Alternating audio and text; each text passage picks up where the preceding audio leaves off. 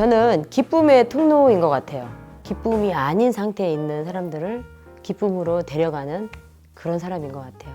근데 그 도구 중에는 기타도 있고 놀이도 있고 노래도 있고 그리고 책도 있어요. 그렇게 그런 도구들을 통해서 기쁨으로 데려가는 사람 최영랑입니다. 저는 일단 웃음치료 강의를 하고요. 그 다음에 기타 가르치는 것이 너무 좋아서 기타를 가르치고 있고요. 책 읽어주기가 저는 너무 좋아요. 그래서 아이들에게 책 읽어주기, 어르신들에게 책 읽어주기, 그리고 한 달에 한 번씩 정신요양병원을 방문해서 함께 생일잔치를 벌려주는 일을 하고 있습니다. 웃음치료는 제가 23살 정도부터 정신병원으로 봉사활동을 나가기 시작했어요. 일주일에 한 번씩 3년 정도를 가다 보니까 나는 음악치료를 좀 해야 되겠구나, 공부를 좀 해야 되겠구나 싶어서 음악치료 공부를 시작을 했었거든요. 그러면서 그 중간에 결혼을 하게 됐어요. 결혼하고 다시 돌아와서 웃음치료라고 하는 그 분야에 예전에 했던 것을 되살려서 다시 직업으로 삼기 시작했죠. 그래서 2006년도부터 김제에서 이렇게 웃음치료 활동을 하기 시작하고 그리고 신세계병원에 이렇게 봉사활동을 나가기 시작했어요. 그러면서 봉사활동과 웃음치료가 같이 시작이 됐죠. 저는 책 읽어주기 활동가라고 제 명함에 쓰고 싶어요. 왜냐면 책 읽어주기는 요즘에는 정말 사람들이 많이 안 하거든요. 특히 왜 유태인의 교육법에서 보면은 아버지가 자녀들에게 책을 막 읽어준다고 하잖아요. 그런데 요즘에는 너무너무 엄마 아빠들이 바빠요. 그러다 보니까 책 읽어주기를 정말 안 하게 되더라고요. 근데 저 같은 경우에는 우리 둘째가 말을 5살 때부터 시작을 했어요. 그래서 근심이 많았어요. 야가 왜 이렇게 말을 안 하지? 그러면서 관심을 갖게 된 분야가 이 아이에게 책을 좀 읽어줘야겠다 싶어서 어린이 도서 연구회라는 단체에 들어가기 시작했어요. 갔는데 너무너무 재미있는 어린이 책이 많은 거예요. 그림책부터 시작해서 줄글 책들도 있고 그래서 그 책들을 거기서 알아와서 집에 와서 우리 두 아들들에게 읽어주기 시작했어요. 그러다 보니까 아이들도 너무너무 재밌어하고 대화가 되는 거예요. 대화가 많아지고 그리고 그것을 웃음치료 하면서 한번 써먹어보자 해서 웃음치료 마무리 때 옛 이야기를 책으로 많이 전달을 해드렸는데 반응이 너무 좋은 거예요. 재밌다. 그리고 이 치료 그 책 이야기를 하면서도 웃음이 나는 거예요. 그렇게 정말 이거 진정한 웃음이 아닌가 이런 생각이 들어요. 웃음 치료하면서도 그런 재료들이 많지만 책 읽어주기는 가장 멋있는 재료 같아요. 제가 기타를 가르치기 시작한 거는 웃음 치료 강의를 시작한 후에 한 2, 3년 후였었어요. 이제 주로 노래를 가사를 바꿔서 웃음치료의 원리를 담아서 그렇게 웃음치료 안에 집어넣었었거든요. 그러다 보니까 기타 치고 노래하고 그러다 보니까 기타도 좀 가르쳐주세요 라고 하는 문의가 많이 들어왔어요. 그러면서 기타를 가르치기 시작했는데 기타 가르치는 것이 너무 재밌는 거예요. 왜냐면 매주 1회나 2회 정도 사람들을 만나고 그 안에서 노래와 기타와 그리고 그분 한 분 한 분에 대해서 더 깊이 알게 되는 거예요. 그리고 또 이분들을 함께 모아가지고 우리 병원이나 요양원 이런데 봉사하는데 같이 갈까요? 그랬는데 좋습니다. 이런 사람들이 너무 많아지는 거예요. 그분들도 병원이나 요양원에 같이 가서 기타 치며 자기가 기타를 좀 못 치더라도 같이 가서 노래해주고 서로 아는 사람이 되고 서로 이웃이 되는 그런 광경을 막 제가 보게 된 거죠. 그때 너무 재밌었어요. 그런 순간순간이. 저는 좀 마음이 이렇게 억눌려 있는 상태를 보는 게 힘들어요. 그래서 좀 사람들이 웃었으면 좋겠고 진심을 좀 나눴으면 좋겠고 그런 마음이 심한 것 같아요. 그래서 내가 모르는 사람 말 걸기를 좋아해요. 그래서 한 번은 또 자전거 여행을 하는 외국인을 본 적이 있어요. 여자친구였는데 이따맣게 짐을 막 싣고 자전거를 타고 가는 거예요.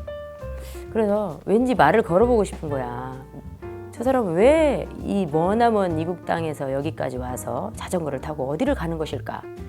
근데 그런 질문은 동일해요. 어떤 사람을 보더라도 말을 걸어봤을 때 그런 분들이 좀 마음에 무거움이 있다거나 힘이 들거나 그러면은 해결해주고 싶은 마음이 좀 많이 있는 것 같아요. 그 자전거 타고 왔던 그 아가씨는 제가 우리 집에서 하룻밤 재웠어요. 어떤 도구로든 저는 사람과 사람이 소통하는 것이 좋고 소통하고 나누는 작업이 너무너무 즐거운 것 같아요. 그래서 그런 것들이 놀이로 나누고 노래로 나누고 그리고 봉사활동으로 나누고 그렇게 되어지는 것 같아요. 제 어린 시절은 교회에서 주로 자랐어요. 저희 할아버지가 교회를 지으셨어요. 집하고 교회하고 한 100m 정도? 그래서 집과 교회 사이에는 이렇게 운동장 같은 곳이 있었고 심심하면 교회에 가서 탁구를 치고 그리고 피아노 치고 그리고 놀았고 그래서 이런 레크레이션이나 웃음 치료를 할 수 있는 그런 자질이 개발되지 않았나 이런 생각도 들어요. 왜냐하면 누군가 가르쳐야 되는 상황이 많았고 그리고 함께하는 그런 공동체 생활이 되게 많았거든요. 이런 것들이 너무너무 자연스럽게 직업으로 연결되고 그리고 내 마음 안에도 그런 이런 기쁨의 통로가 되어야 되겠구나 이런 것이 너무너무 자연스럽게 연결된 것 같아요.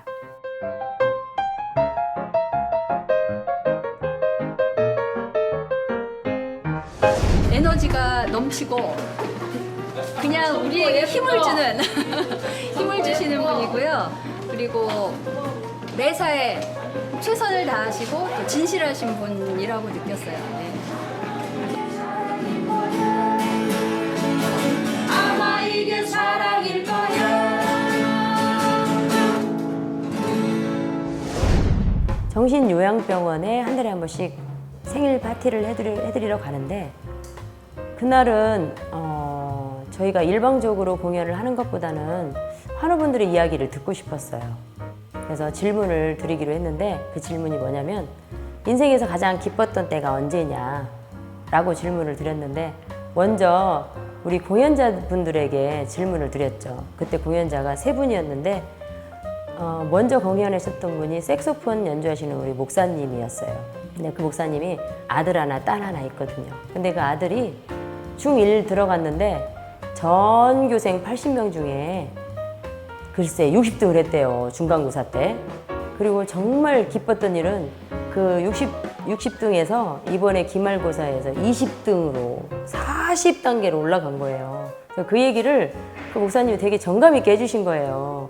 그렇게 하고 우리 환우분들의 마음이 확 열린 걸 느꼈어요. 느끼고 난 다음에 갑자기 환우분 한 분이 손을 들어서 자기도 얘기해보고 싶다고 하는 거예요.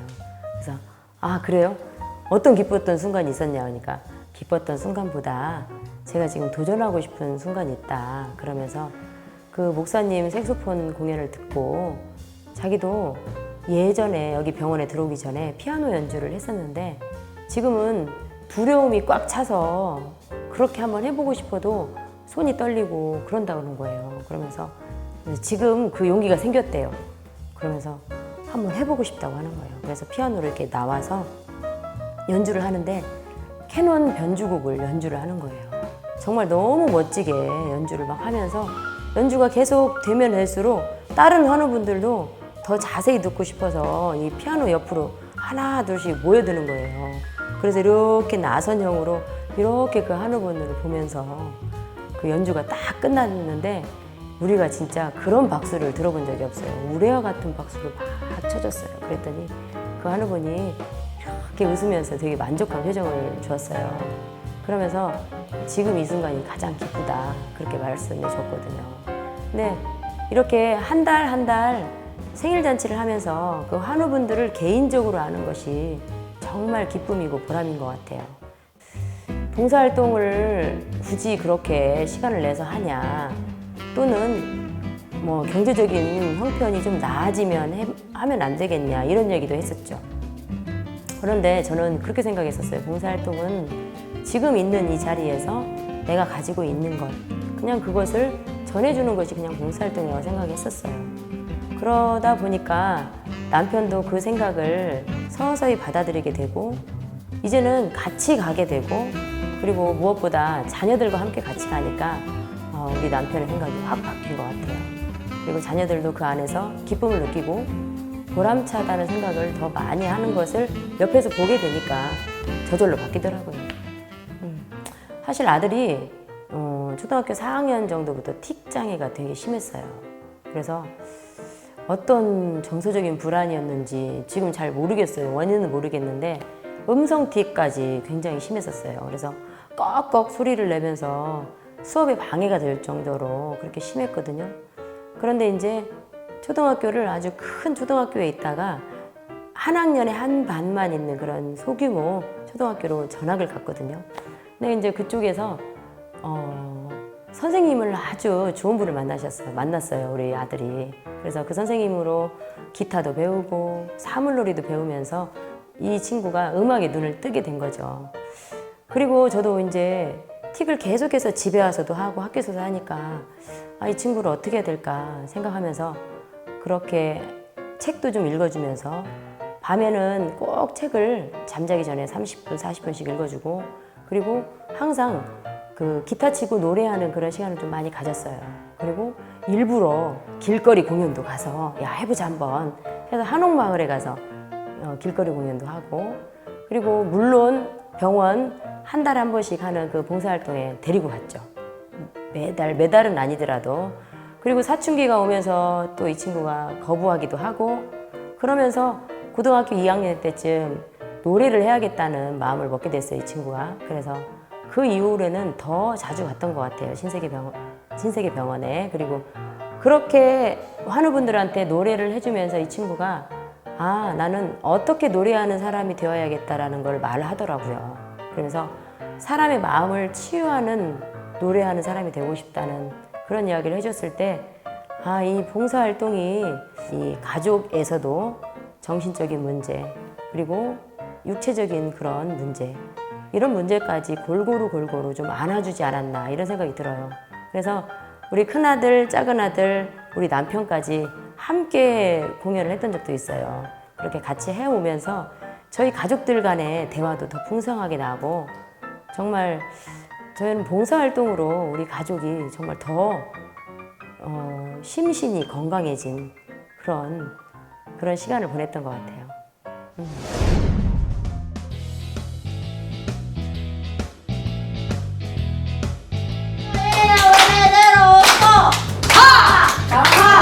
우리는 스마일 특공대.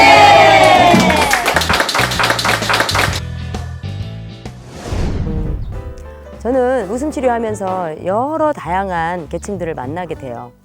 우리 유치원 아이들부터 그리고 초등학생들, 중학생들, 고등학생들 그리고 청년들, 의경 그리고 교도소에 계신 분들 그리고 어르신들까지 정말 여러 계층의 분들을 많이 만났는데 특별히 애정이 가는 우리 친구들이 있어요.